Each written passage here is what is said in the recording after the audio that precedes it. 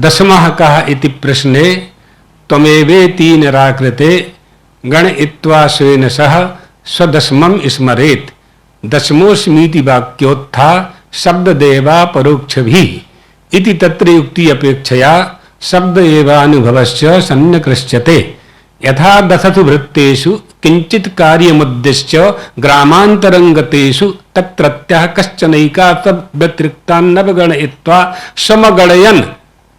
समगणयन अपनी गणना न किए बिना 10 व्यक्ति नदी पार करके एक गांव से दूसरे गांव जा रहे थे। नदी में जल अधिक था, विचार करने लगे गिनती कर लें कोई पानी में डूब तो नहीं गया।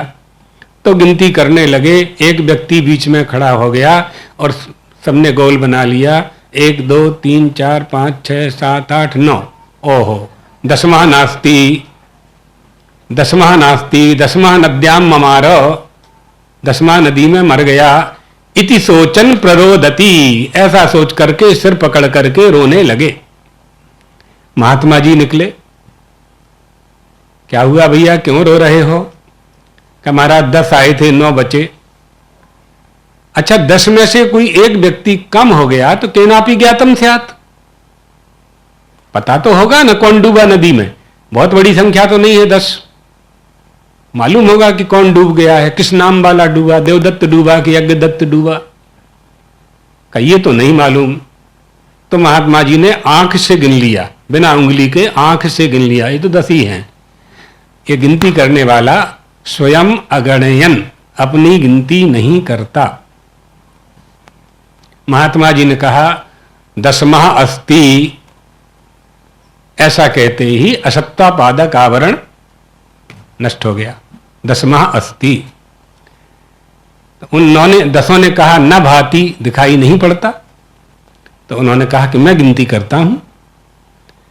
तो महात्मा जी बीच में खड़े हो गए और उनको गोल बना के खड़ा कर दिया। 1 2 3 4 5 6 7 8 9 10 श्रृंगग्राहिका न्यायेन,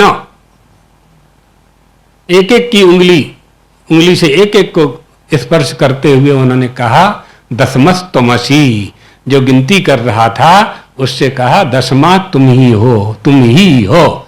जैसे ही उस 10वें का साक्षात्कार हुआ तो अपरोक्ष ज्ञान हो गया, यानी अभानापाद का आवरण नष्ट हो गया। तो उस महात्मा ने 10वें का निर्माण नहीं किया। बस इतनी बात समझना है, इस कहानी में इतना ही तात्पर्य है। महात्मा उस आप्त पुरुष ने 10वें का निर्माण नहीं किया, तत्रैव आसीत, वहीं था, जान नहीं पा रहे थे। यही भ्रम, इस भ्रम को दूर करने के लिए ही वेदांत है। इसी वेदांत का आश्रय लेने के लिए, वेदांत ज्ञान प्राप्त करने के लिए हमारी भारतीय संस्कृति में गुरु परंपरा है। यह बहुत सुदृढ़ और मजबूत परंपरा है।